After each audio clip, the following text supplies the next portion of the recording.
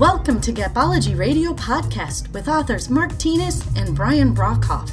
We can be reached at gapology.org, and our books can be found at amazon.com. Hey everybody, welcome to another episode of Gapology Radio. Let's give Mark Tinas a call and see what topic he'd like to cover this week. Hey Brian. Hey Mark, how are you? I'm great, how are you?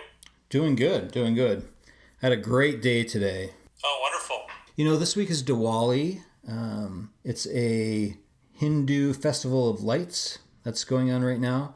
And I was very fortunate, very blessed to be able to share in some of that celebration today with a group of friends that I have from India. And I just had a great time. Their food is amazing, so good, very spicy. It melted my face off, but it was good. So one of the things I thought was interesting was that, you know, Diwali, it symbolizes the spiritual victory of light over darkness, good over evil, which I thought was fitting with the election this week, but also with knowledge over ignorance. So I thought that was a good reference to, you know, what we talk about here on the podcast. So what do you want to cover this week? Well, I thought I would share with the team Knowing, Doing, Being. Oh, perfect. Sounds good. Which I know is one of your favorite topics. We haven't done a podcast on it yet. Yeah, I love it. The reviews we get from the leaders that use this religiously is that it's a game changer. So I thought I would share it with the group and teach them how to use it. Yeah, sounds great. All right, you ready? Yeah, let's do it. All right, so Knowing, Doing, Being allows a leader to measure engagement. So we developed a linear scale from 0 to 10. And on that scale, we've plotted in knowing, doing, and being, and created a tool, again, that you can use to measure engagement. So I'm going to teach how to do that. Before I get there, I want to just explain why engagement matters to a leader. So if you know the level of engagement of your team, you can predict their productivity. And if you can improve their level of engagement, you can increase their productivity. So this is a scale that allows you to plot your team out, know where they're at, and therefore know where to put your emphasis and how to change the dynamic of the team as it relates to engagement to achieve higher productivity. So that's sort of an overview, but we're very proud of this tool. We know it works. It's in play in many organizations, and as a leader, it's a significant tool in your toolbox. How's that sound? Yeah, sounds good. You know, the interesting thing I think about engagement, there's really three pieces to that. It's mental, it's emotional, and it's physical. So you really have to look at all those pieces with engagement. Well, if you're taking notes, let's start with knowing. So I said that it was a linear scale, so we are going to quantify on the linear scale from 0 to 10, knowing as 1, 2, and 3. So if you're making notes, knowing is 1, 2, and 3. So 0 means that you don't know or they don't know. So just use the 0 for that purpose.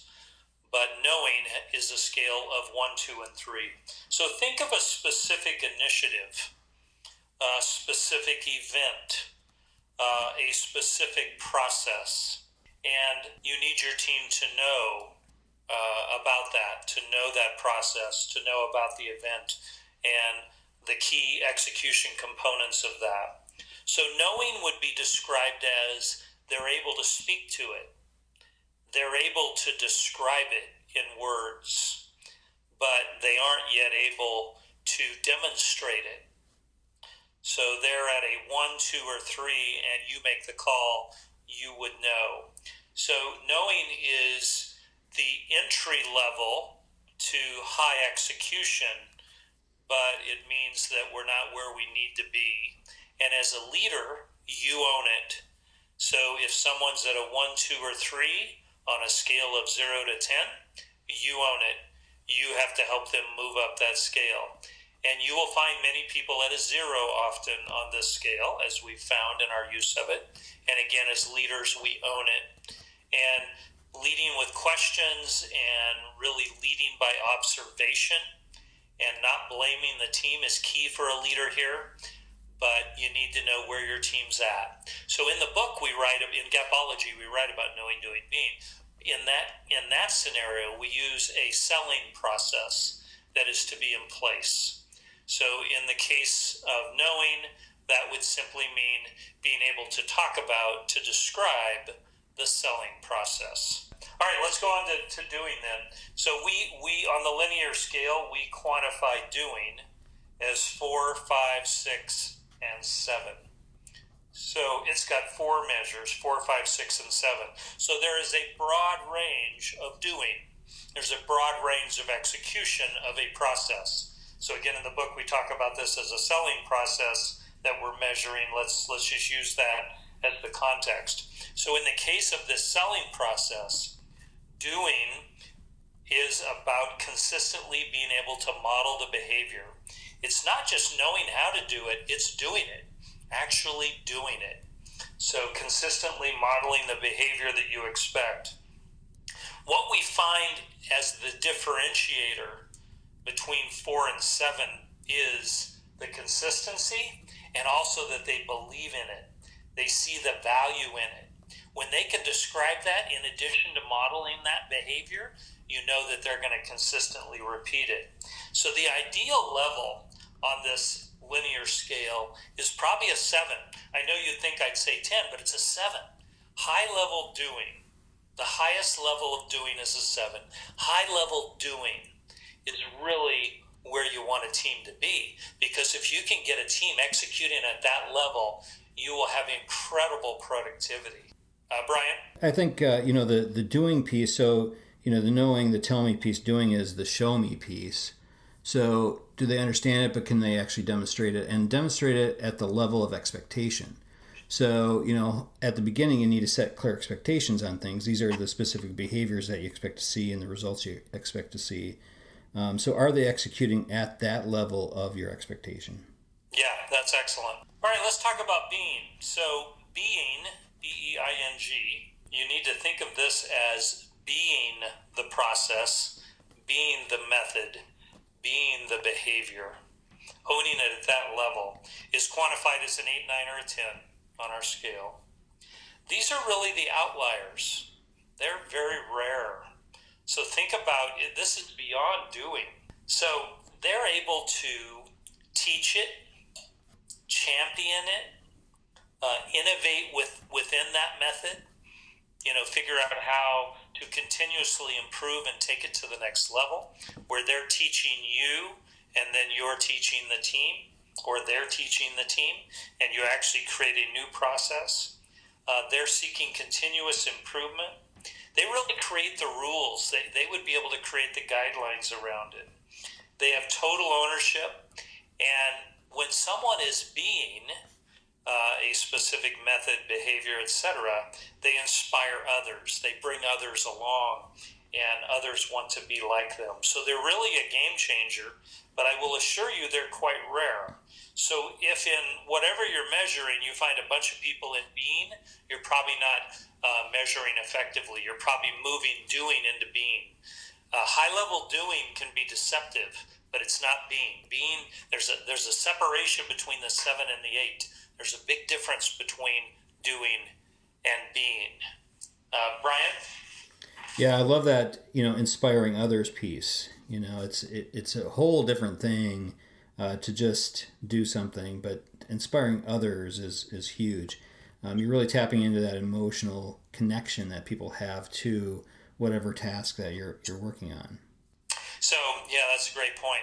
So here's how we've seen this used. So picture you're rolling out a specific initiative, and let's just call it this new selling process that we talk about in the book. You're rolling out this new selling process.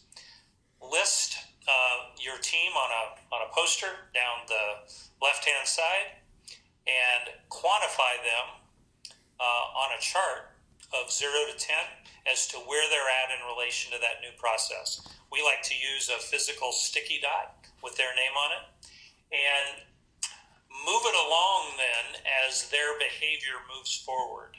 So this is a living poster.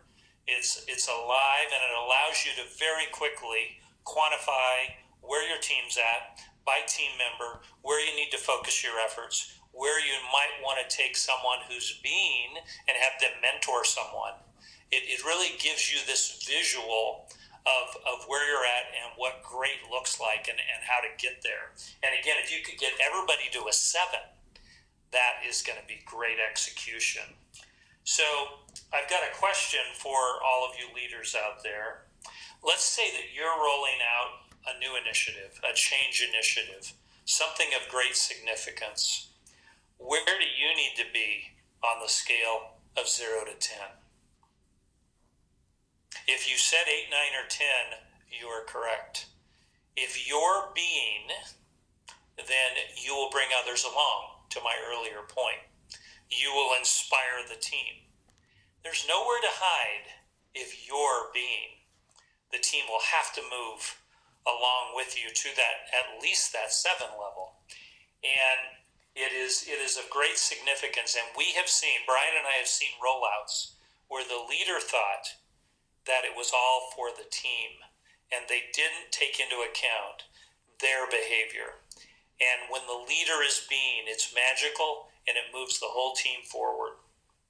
Brian, any thoughts on that? Yeah, and it's just crazy when the leader is not at that level.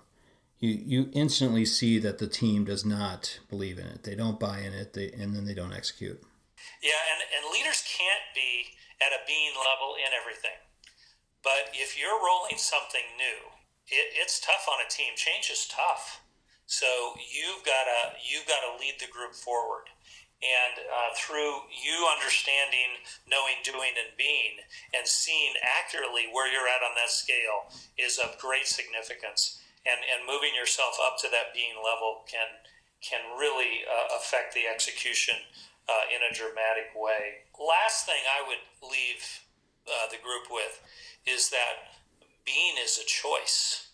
It is a choice. So leaders do need to choose where they're going to be being level in terms of engagement. It can't be everything or it will confuse the team, but it is a choice. And so don't lose sight of that. Choose as a leader where you're being. Know where every member of your team is on every major initiative, every major behavior that needs to be in place. And you will be well served if you can quantify them on a scale of 0 to 10 in knowing, doing, and being. Brian, any closing thoughts? No, I think that's great, Mark. I think that's a perfect way to end it. All right, thanks, everybody. Okay, thanks a lot, Mark. We'll talk to you later. Bye-bye. All right, that'll do it for another week. As you're planning your 2019 leadership development programs, consider Gapology. Head on over to our website for more information. Everyone have a fantastic week. We'll talk to you soon. This has been a Gapology production. Visit us at gapology.org.